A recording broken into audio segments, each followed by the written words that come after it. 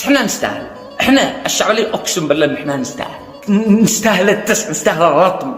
وعاد احنا ندخل في مجاعة وحرب وفقر وحصار اخص من ما احنا فيها الان.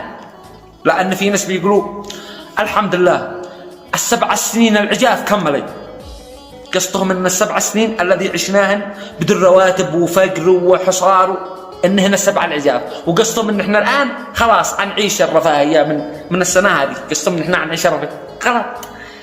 ال7 سنين الذي عشتين بدون راتب، عشتين وانت فقير وتاكل من القمامه ومحاصر، هولك ال7 سنين السمان، 7 سنين الاول هنا السمان.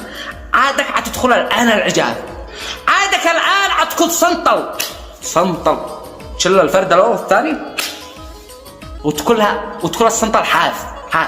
عادك الان احنا نستاهل ناكل السناطر، نستاهل ناكل الجزمات، نستاهل.